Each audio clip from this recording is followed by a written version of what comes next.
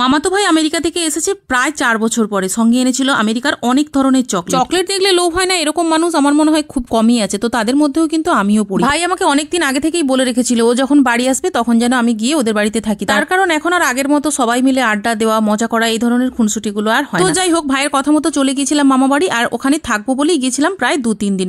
আর ভাই আমেরিকা থেকে যে চকলেটগুলো এনেছিল তার দায়িত্ব দিয়েছিল সবাইকে 3-4টে করে চকলেট ভাগ করে দেওয়ার পর বাকি চকলেটগুলো আমার কাছেই ছিল। যেদিন ওদের চকলেট দিয়েছিলাম পরের দিন দাদার ছেলে এসে বলছে, পিসুমণি আমাকে 2টো চকলেট দাও তো। আমি বললাম দাঁড়া দিচ্ছি বলে কৌটোর মধ্যে হাত ঢুকিয়েছি, দেখলাম ভেতরে একটাও চকলেট নেই। কৌটোটাকে আরো ভালোভাবে এপাশ ওপাশ করে নেড়ে ঘেঁটে দেখলাম সত্যিই তো ভেতরে একটাও চকলেট নেই। তখন নিজের কাছেই ভীষণ লজ্জা লাগছিল, তার কারণ আমার মনে পড়ে গেছে আগের দিন তো সারাদিন আমি একটা করে চকলেট বের করে খাচ্ছিলাম। কখন যে সমস্ত চকলেট খেয়ে ফেলেছি নিজেও বুঝতে পারিনি। বেড়ালকে দিয়েছে মাছ জাগতে, সেই রকম আমার অবস্থা হয়েছে। তখন আমি জিভটা কেটে বললাম, দাঁড়া চকলেট মনে হয় শেষ হয়ে গেছে, তোদেরকে আমি বানিয়ে দিচ্ছি বলে ওদেরকে এই চকলেটটা বানিয়ে দিয়েছিলাম।